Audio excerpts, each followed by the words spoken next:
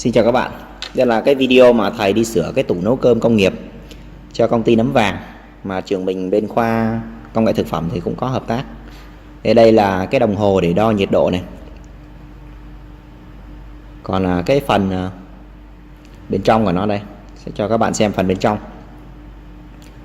Thì như các bạn nhìn thấy là ở bên dưới này có ba cái thanh điện trở. Thì cái điện trở này là điện trở đốt ở trong nước nhé. Các bạn lưu ý. Và đây là một cái quả cầu inox.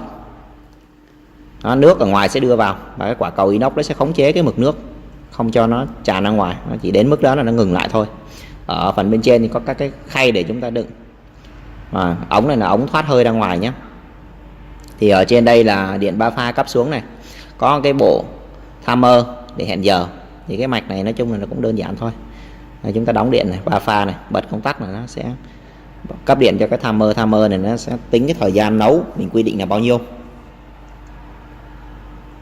Đúng ra là xài nút nhấn thì nó chuyên nghiệp hơn.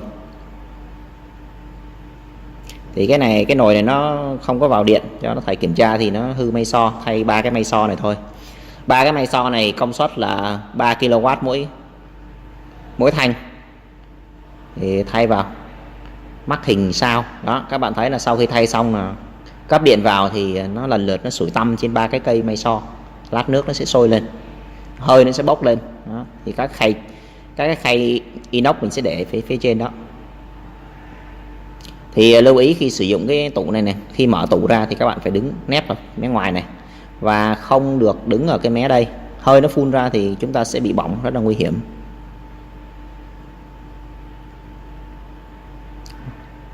Cảm ơn các bạn đã theo dõi video.